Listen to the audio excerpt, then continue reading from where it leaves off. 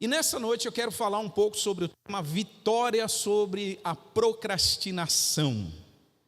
Diga isso comigo, procrastinação está muito fraco. Procrastinação é pecado.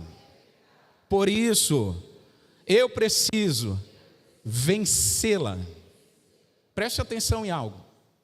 Procrastinar é a mesma coisa que adiar. E nós temos uma cultura do adiamento na nação, na nossa sociedade. Nós somos conhecidos como o povo que deixa tudo para a última hora.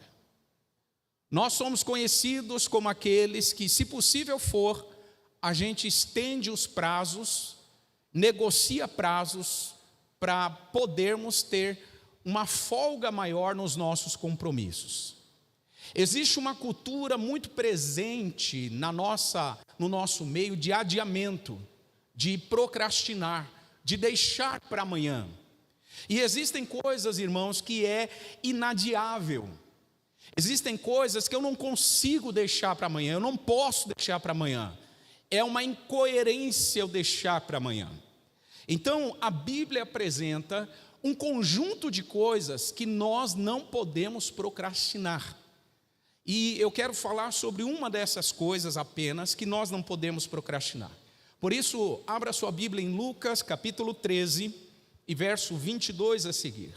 Lucas 13, 22. Diz o texto: e percorria as cidades e aldeias, ensinando e caminhando para Jerusalém. Disse-lhe um: Senhor, são poucos os que se salvam? Você pode repetir essa pergunta comigo na conta do 3? 1, 2, 3. São poucos os que se salvam? E ele lhe respondeu: porfiai ou insistam por entrar pela porta estreita, porque eu vos digo que muitos procurarão entrar e não poderão. Quando o pai de família se levantar e fechar a porta, e começardes a estar de fora, a bater na porta, dizendo: Senhor, Senhor, abre-nos. E respondendo ele vos disser: não sei de onde vocês são. Então começareis a dizer: temos comido e bebido na tua presença. Você pode dizer isso comigo? Comer e beber na sua presença. E tu tens ensinado nas nossas ruas.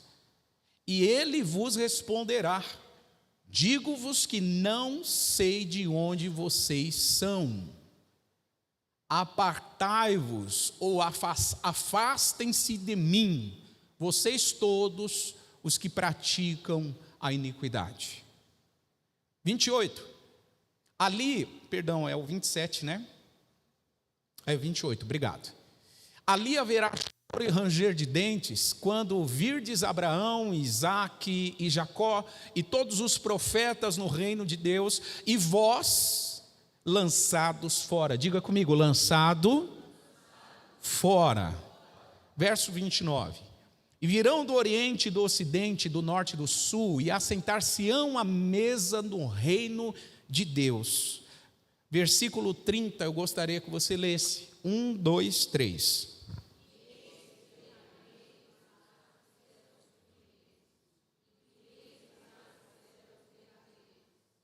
Jesus percorria muitas cidades e aldeias, como a gente leu no versículo 22, ensinando sobre a chegada do reino de Deus. O que isso significa? Jesus tinha uma mensagem prioritária. E a mensagem prioritária do repertório de Jesus era: arrependam-se, porque o reino de Deus é chegado. E essa mensagem Jesus levava para muitas cidades, muitas aldeias. O versículo 22 fala sobre isso. E o objetivo de Jesus com essa mensagem era alertar as pessoas sobre a falsa religião, alertar as pessoas sobre a aproximação do reino de Deus e para que as pessoas tivessem condição de identificar quem são os participantes desse reino. Então Jesus anunciava essa mensagem por muitas cidades, por muitas aldeias, e nesse contexto, nenhuma dessas cidades surge a seguinte pergunta: são poucos os que se salvam? Acompanhe comigo o versículo 23, perdão. São poucos os que se salvam. E essa pergunta, irmãos, ela remete a uma curiosidade da pessoa que a fez. Preste atenção nisso. Quem fez essa pergunta estava com curiosidade de entender a quantidade de pessoas que seriam salvas, sim ou não? Você está comigo nessa linha de raciocínio, sim ou não? Preste atenção. Então, o que pergunta isso para o Senhor Jesus, queria ter uma informação: Senhor, qual é a quantidade dos que serão salvos? Só que essa pergunta, ela demonstra incoerência. E por que demonstra incoerência?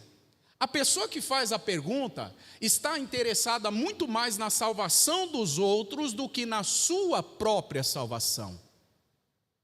A pergunta correta que esse indivíduo deveria fazer para Jesus é: Senhor, eu estou salvo? Ao invés de saber a quantidade dos que serão salvos. As quantidades dos salvos não era a prioridade. Qual era a prioridade? Ele saber se ele estava salvo. Então nós percebemos aqui nesse indivíduo que ele aborda Jesus com essa pergunta, nós percebemos um nível de incoerência. Primeiro ponto, eu não tenho que saber a quantidade de gente que vai ser salvo. Tem gente que está aí discutindo quantas pessoas serão salvos, quem vai para o céu, quantos irão para o inferno, quantos são os escolhidos. Tem gente que quer discutir até o sexo dos anjos, quando na verdade a preocupação primária, essencial dessa pessoa deveria ser só uma: eu estou salvo. Eu estou salvo. Porque, irmão, a coisa mais simples e mais fácil do mundo é a gente achar defeito na igreja. A igreja tem muitas qualidades, mas tem defeitos também. É muito fácil a gente olhar para as pessoas e encontrar defeitos. É muito fácil a gente olhar para a sociedade brasileira e achar problemas e defeitos nos políticos, nos governos, na forma como as pessoas conduzem suas empresas, seus negócios, suas vidas, seus casamentos. É muito fácil achar defeito em tudo. Agora, o grande desafio é o que foi proposto aqui ontem na ministração da Nádia. Parar de empurrar a mensagem pregada para os outros e dizer: essa mensagem é para mim. Esse tema é meu. É sobre mim que Jesus está falando, não é sobre o outro. Então a pergunta desse homem deveria ser: Senhor, eu estou salvo? Então esse homem torna o assunto da salvação como algo secundário. Esse homem torna o assunto da sua salvação como algo que pode ser deixado em segundo, terceiro ou quarto plano. Esse homem não prioriza a sua própria salvação, ou seja, ele está procrastinando o assunto da sua própria salvação. Então, a pergunta que a gente quer responder nessa noite é muito simples: como vencemos a procrastinação? Como conseguimos vencer a procrastinação? E eu quero aqui apresentar 3 respostas a essa pergunta. Primeira resposta: a gente vence a procrastinação assumindo o senso de urgência. Diga isso comigo: eu preciso assumir senso de urgência. Irmão, tem assuntos na sua vida que não dá para deixar para amanhã. Tem assuntos na sua vida que, embora a gente esteja no finalzinho de 2024, você não pode virar esse ano sem resolver. Tem assuntos na sua vida que você não pode deixar para o mês de dezembro, embora falta apenas 13 dias para o mês de dezembro. Tem assunto na sua vida que você não vai poder deixar para amanhã, segunda-feira. Você vai ter que resolver hoje, porque são assuntos que exigem de nós senso de urgência. Assuntos que não podem ser empurrados com a barriga. Assuntos que a gente não pode dizer assim: amanhã eu faço, semana que vem eu faço, ano que vem eu faço. Olha o que diz o versículo 24: porfiai por entrar pela porta estreita. Essa palavra porfiar significa esforçar. Esforce-se por entrar, batalhe para entrar pela porta estreita. E que porta estreita é essa, irmão? É a porta que conduz à salvação. E qual é a porta que conduz para a nossa salvação? Essa porta tem um nome, o nome dela é Jesus.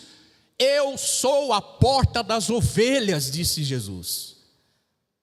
Então preste atenção, Jesus está falando sobre Ele mesmo. Entrar pela porta estreita é entrar pelo caminho proposto por Cristo. Entrar pela porta estreita é ter uma disposição, um ânimo para fazer o que tem que ser feito segundo a vontade do Senhor. Olha o que diz o final desse versículo 24: porque muitos procurarão entrar e não poderão. Sabe por que muitos não vão poder? Porque muitos estão tentando criar suas próprias portas. Muitos estão tentando ter a salvação pelo seu próprio método. Muitos estão tentando alcançar a vida eterna pelo seu próprio merecimento. Não existe outra porta pela qual nós devemos passar e entrar para sermos salvos. A porta é Jesus. Foi por isso que ele afirmou em João 14,6: eu sou o caminho, a verdade e a vida. Não há ninguém que leve ao Pai, senão o próprio Jesus.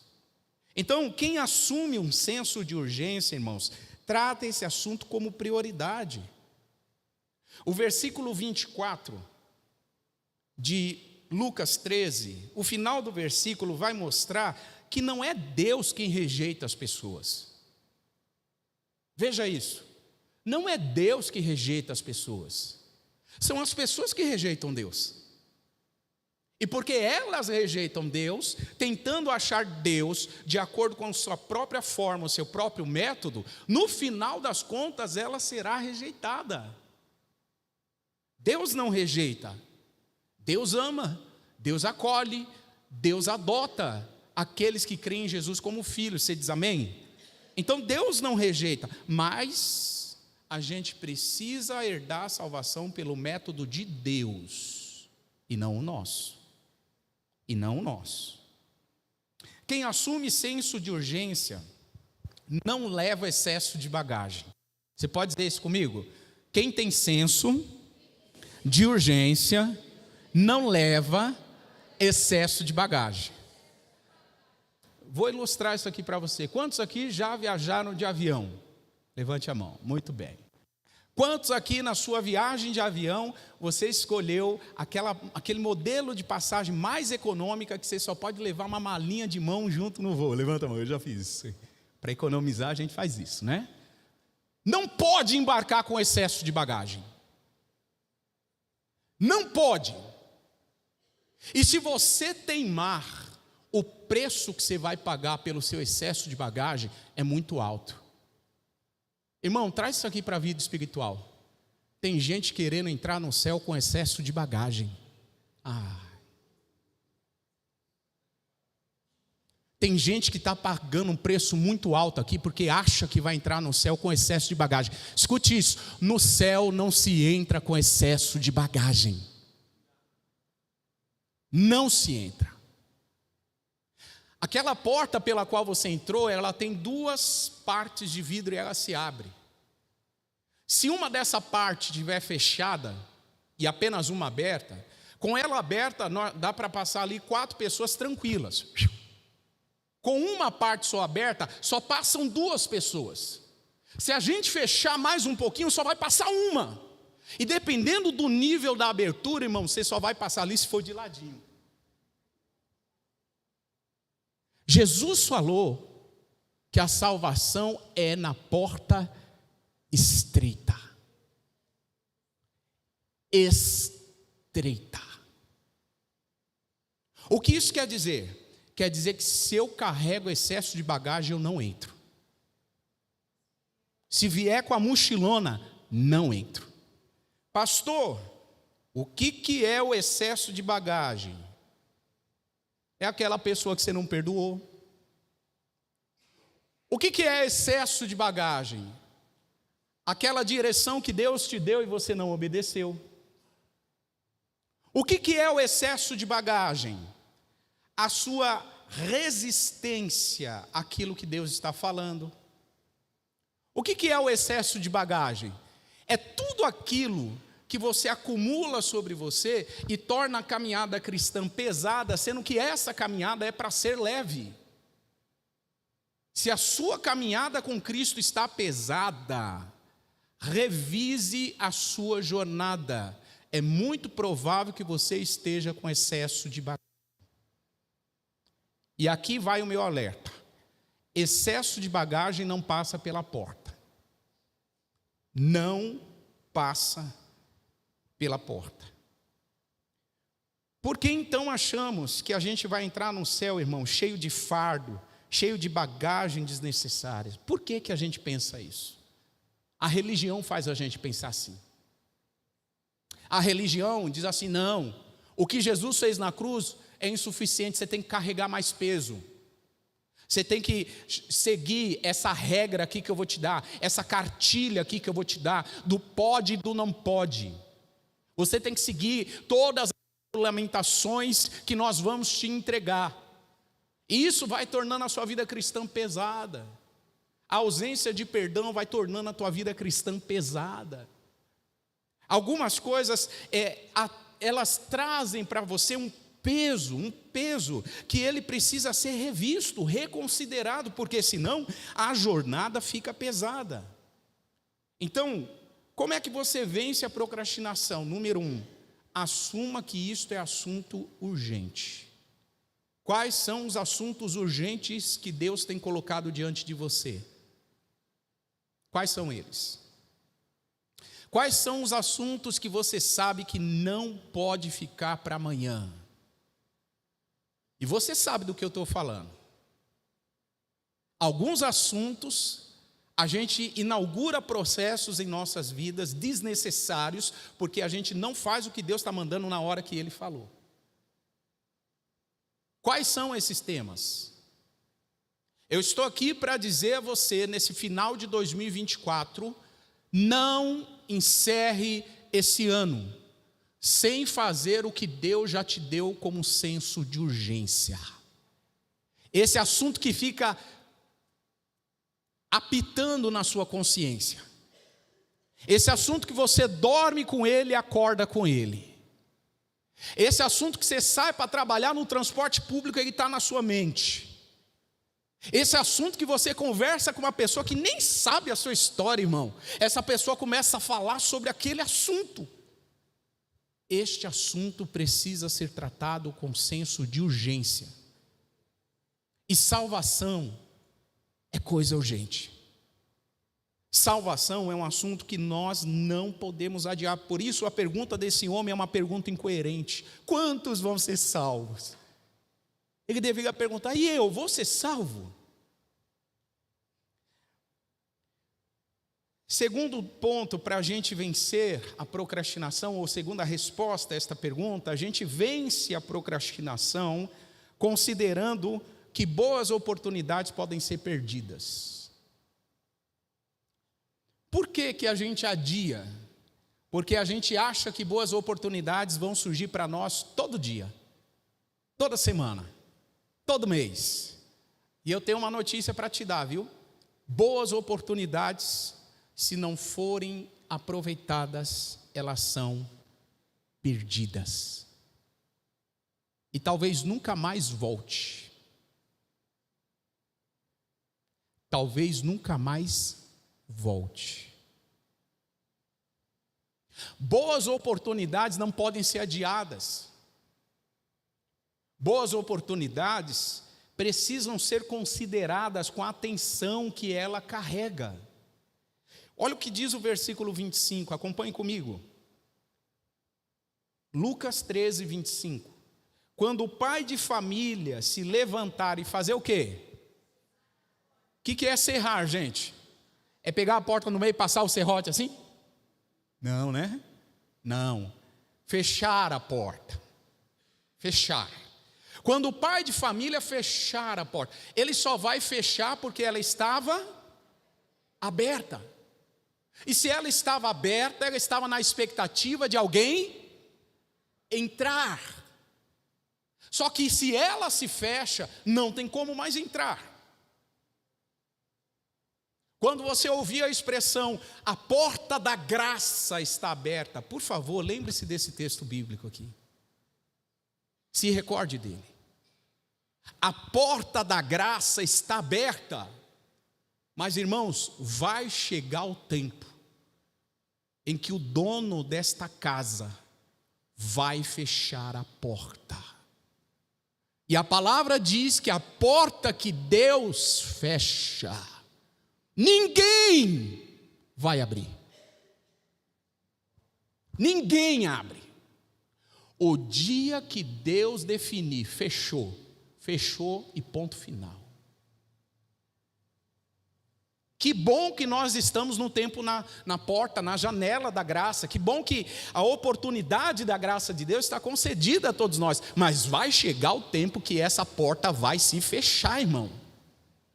Não espere ela se fechar. O ponto que nós observamos aqui nesse texto é que alguns, depois que a porta fechar, vai tentar bater. E olha o que o texto diz, vamos continuar a leitura. Quando o pai de família se levantar e fechar a porta e começardes a estar de fora, a bater na porta, dizendo: Senhor, Senhor, abre-nos, Senhor. O que ele vai responder, gente? Não te conheço. Não sei quem você é. Deixa eu te perguntar uma coisa. Você está na sua casa, são 11h30 da noite, sua família está para dentro, você trancou a porta e um estranho toca a campainha. Por você não atender, o estranho começa a bater na porta, esmurrar a porta e dizer: abre, abre. E aí você ouve aquela voz, é uma voz desconhecida. Pela insistência daquela pessoa, você vai abrir a porta? Não, seja honesto, irmão. Você vai abrir a porta? E por que é que Deus tem que abrir depois que ele fechar? E por que é que Deus tem que abrir depois que ele fechar? Porque você é um filhinho querido de Deus? Porque você é alguém amado pelo Senhor? É isso que a hipergraça está pregando aí, viu, irmão?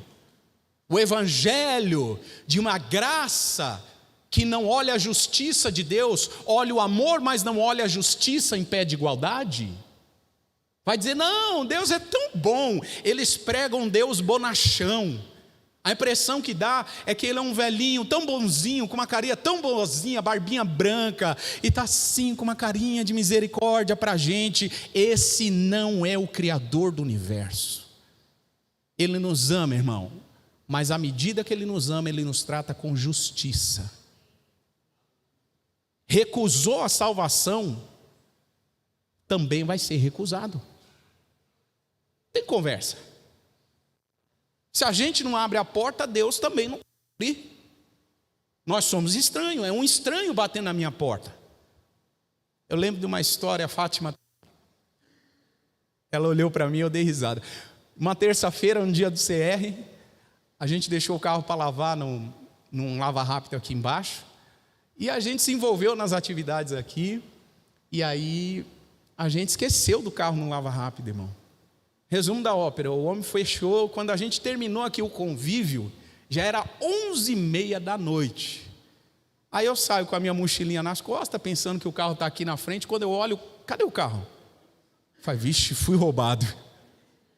Fui roubado.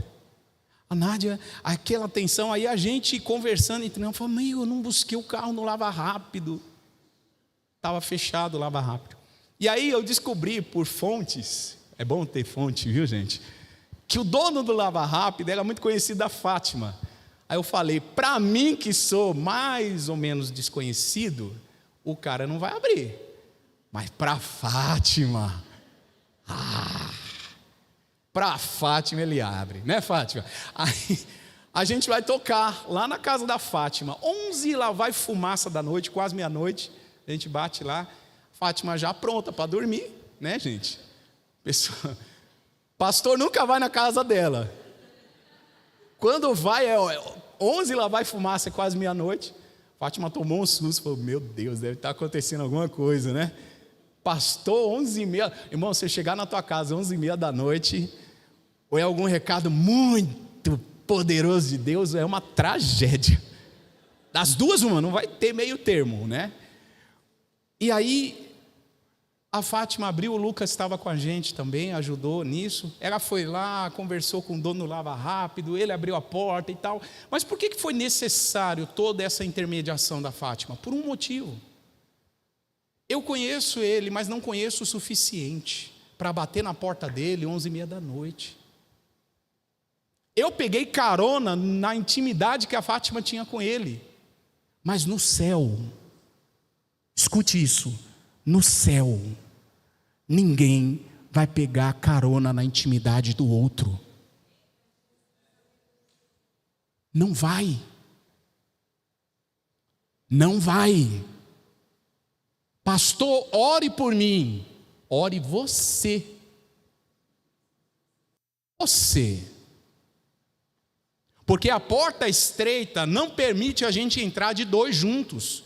É um por cada vez e se brincar vai ter que passar de ladinho ainda.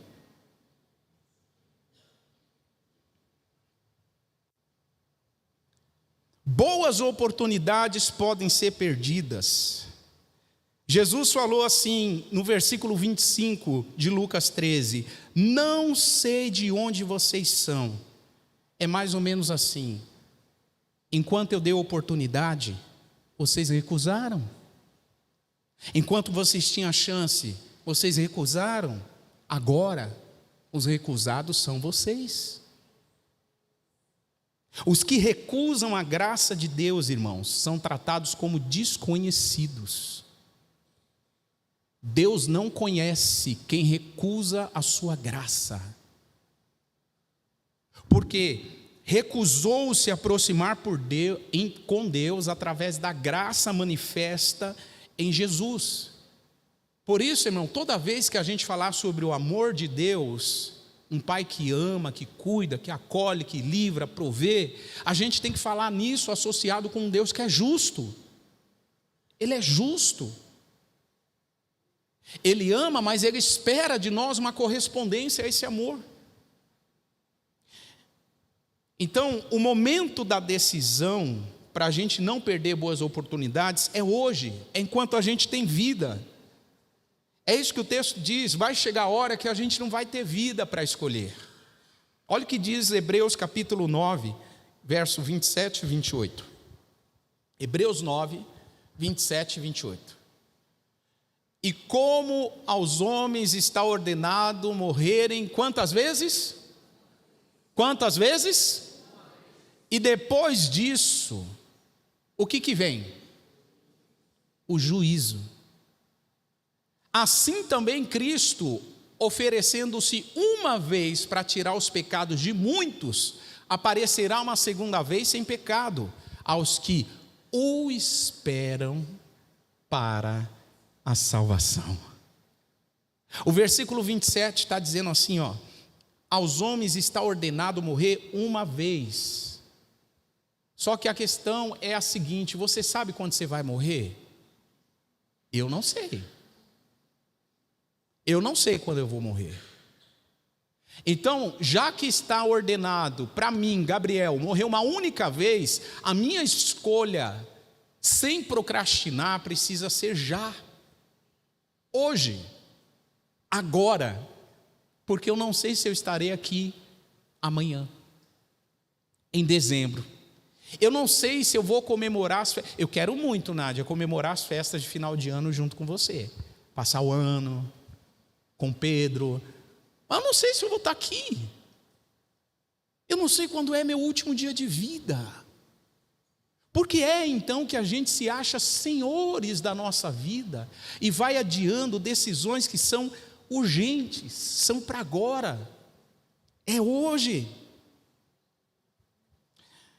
Depois que a porta da graça se fechar, a oportunidade que temos será perdida. E isso, irmãos, se aplica para a salvação, isso se aplica para qualquer área da sua vida. Se você não cuidar da sua saúde hoje, essa porta de oportunidade vai se fechar. E aí quem não cuida da saúde, preste atenção nisso. Depois não vai dizer que o pastor está lançando palavra de maldição, tá? Pega o contexto. Se nós estamos tendo chance de cuidar da saúde hoje, aproveite essa oportunidade. Porque quem não cuida da saúde vai cuidar do quê, gente?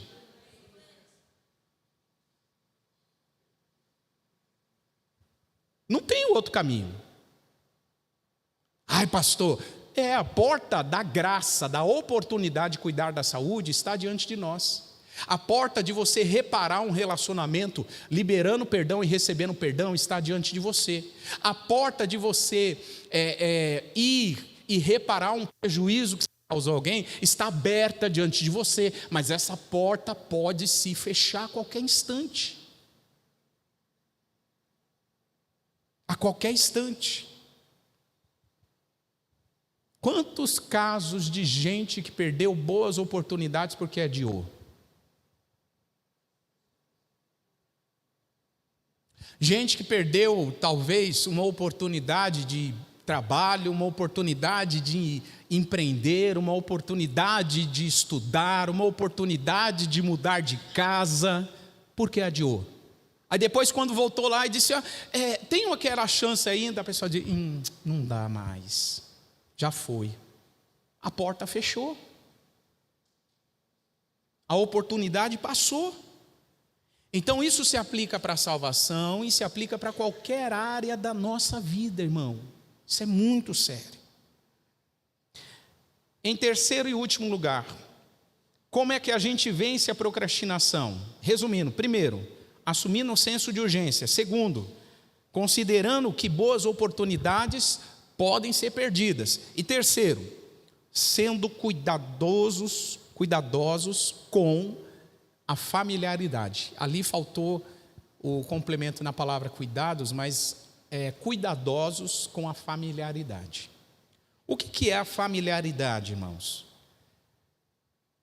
É aquele nível de relacionamento tão próximo que a gente não leva a sério o que os outros falam conosco. Por exemplo, uma mãe ama tanto seu filho que quando a mãe corrige, qual é a tendência do filho? Mãe. Uma esposa, por natureza e essência, ela fala mais que o marido. Aí, por natureza e essência, a esposa fala tanto que quando ela fala algo sério, o marido faz o quê? Então, a gente tem que tomar cuidado, irmão, com a familiaridade, porque a familiaridade não nos deixa levar a sério recados que Deus nos dá. Não nos deixa levar a sério recados que Deus nos dá. Olha o que diz o verso 26 de Lucas 13.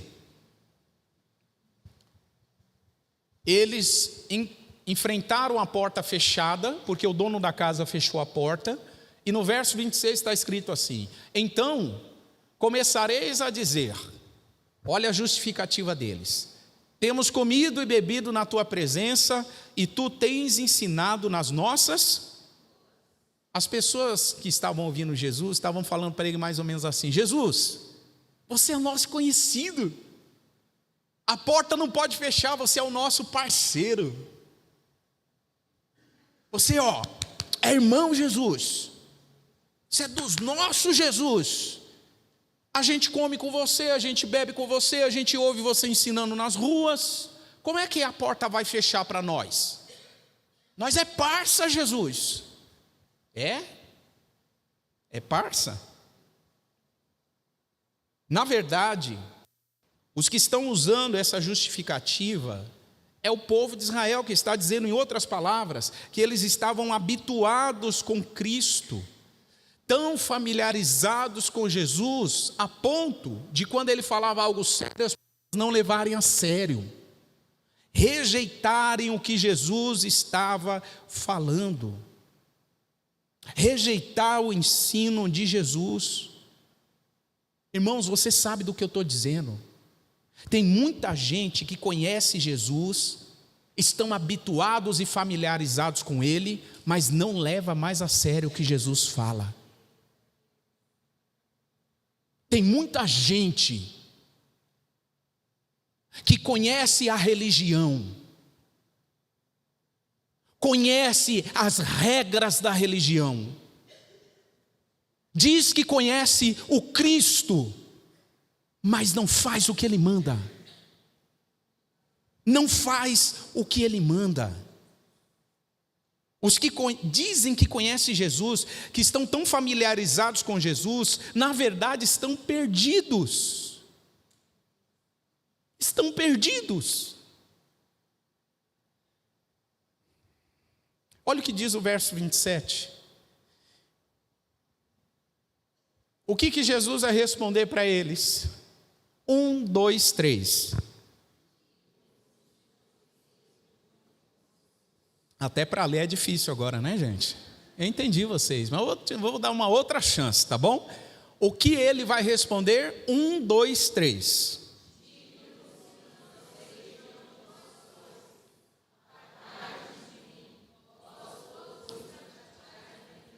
Irmãos, eu acredito que nós não ouviremos essa palavra de Jesus. Mas isso aqui é um alerta profético para nós. Isto é um alerta profético. Eles estavam tão familiarizados com comer e beber com Jesus, com ter comunhão. Por isso que a comunhão que nós temos, irmãos, ela precisa produzir algo para o reino de Deus. Comer e beber junto, só para dizer que tem comunhão, e não produz nada para o reino de Deus, só cria familiaridade. E familiaridade mais atrapalha do que ajuda no nosso relacionamento com o Senhor. Uma proposta de comunhão que não desemboca em propósito de missão, de ganhar vidas, de discipular pessoas de todas as nações, de anunciar o Evangelho. Essa é uma comunhão que precisa ser revista por nós. Porque esse povo tinha comunhão de comer e beber com Jesus. Comia e bebia com Ele, até ouvia os ensinamentos dele, está no 26. Mas esse povo não estava envolvido nos propósitos do reino de Deus. Então, Jesus alertou que não era suficiente apenas ter comunhão. Conhecer algo de Jesus e ter alguma associação com Ele não é suficiente. É necessário termos intimidade. Mateus capítulo 13, é o último texto que eu vou ler nessa noite. Por favor, Ministério de Louvor, pode se posicionar. Mateus capítulo 13 e verso 54.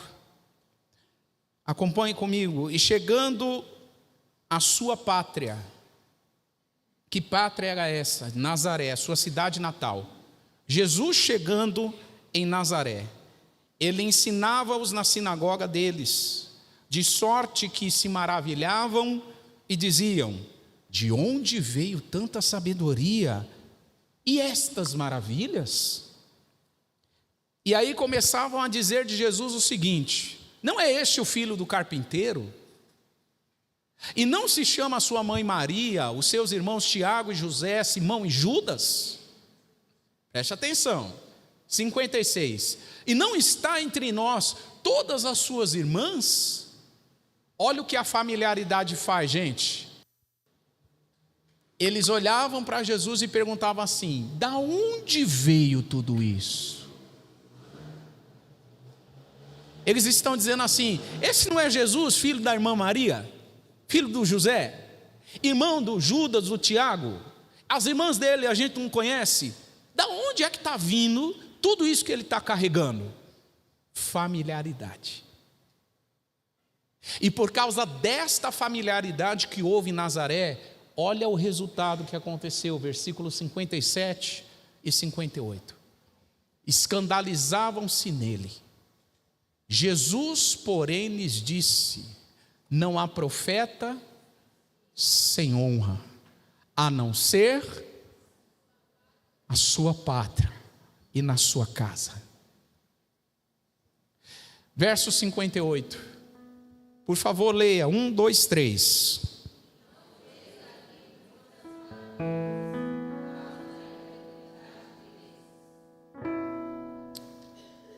A familiaridade alimentou a incredulidade. Preste atenção nisso.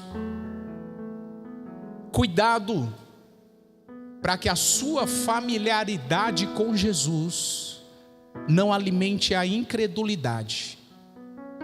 E se tiver incredulidade, olha o que o texto diz: Jesus não pode operar maravilhas na sua vida. Não pode. Jesus não pode fazer o que Ele quer fazer, porque a familiaridade impede. A familiaridade alimenta a incredulidade. Pastor, mas Deus não é soberano, poderoso? O que Deus quer fazer não é que ninguém impede, pastor. Mas existem propósitos que Deus quer fazer com a cooperação humana, com a interação humana, com a atitude de fé nossa. E para esses propósitos, quando Deus não encontra a interação, Deus não acha espaço para a intervenção. Se Deus quer estabelecer algo com a sua atitude de fé, se você não tiver atitude de fé, algo que Deus como propósito estabeleceu, não vai acontecer. Existem propósitos de Deus que acontecem com a interação humana, com a fé, com o movimento, uma resposta àquilo que Deus está falando.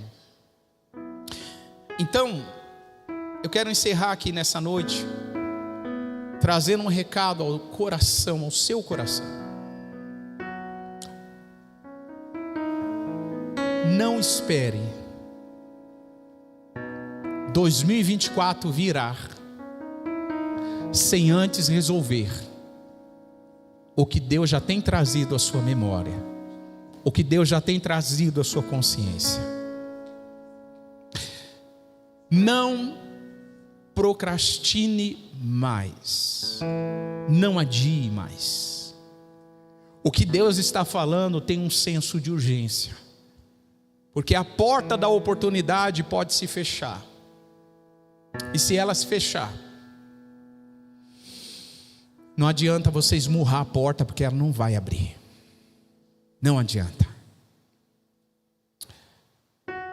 Eu quero te convidar a orar. Se coloque de pé, por favor.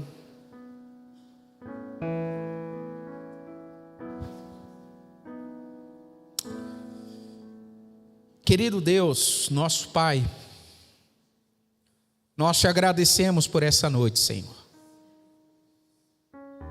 Obrigado pela sua palavra, que mais uma vez traz direção, sabedoria e revelação para cada um de nós. Jesus, nós não queremos terminar 2024 sem fazer aquilo que o Senhor já colocou em nosso coração. O que nós te pedimos nessa noite é nos dar força, nos dar sabedoria, nos dar disposição para aproveitarmos a porta da graça que está aberta, para aproveitarmos a porta da oportunidade que está aberta. Jesus, Tu és a nossa porta, e é pelo Senhor que nós queremos entrar, é pelo Senhor que nós queremos acessar. acessar o reino, acessar a glória do Senhor, acessar a tua presença.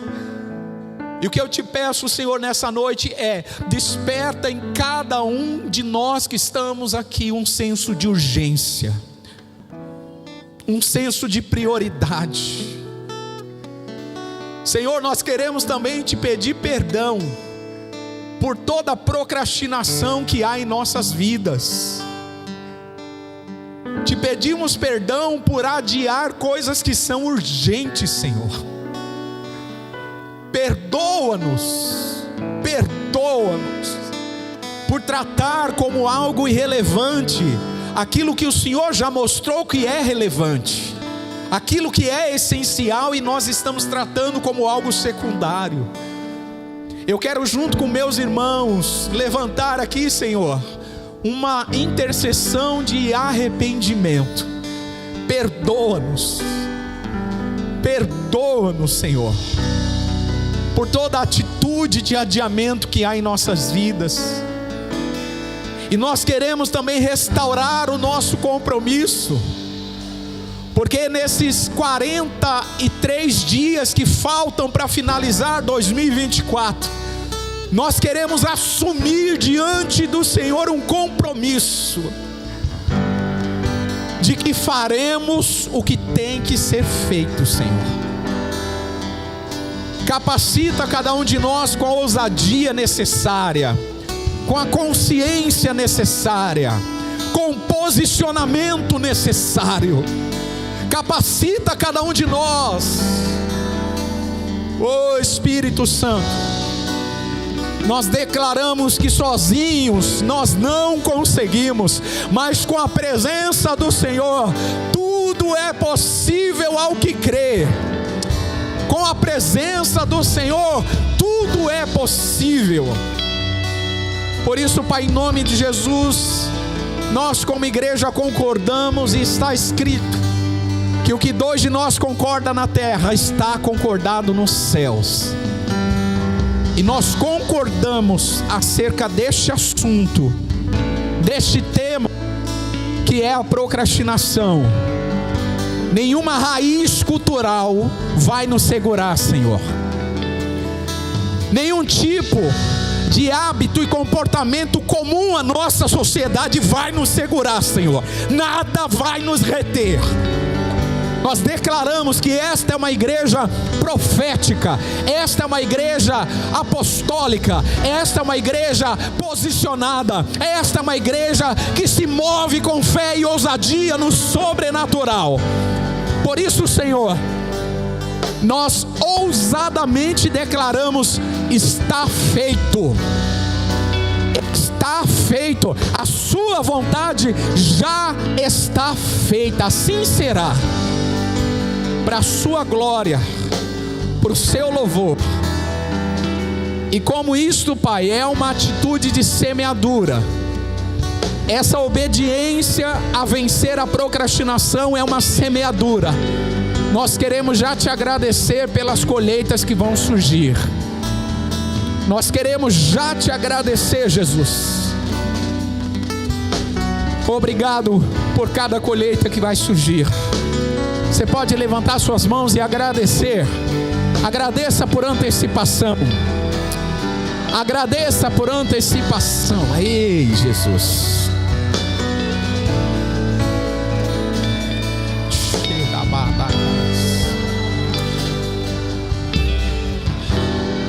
Irmãos, em 43 dias pode acontecer muita coisa.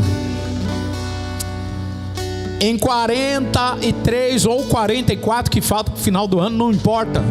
Esses 40 e poucos dias que faltam para 2024, muita coisa pode acontecer na sua vida. O que você tem que sair daqui certo nessa noite? Vença a procrastinação.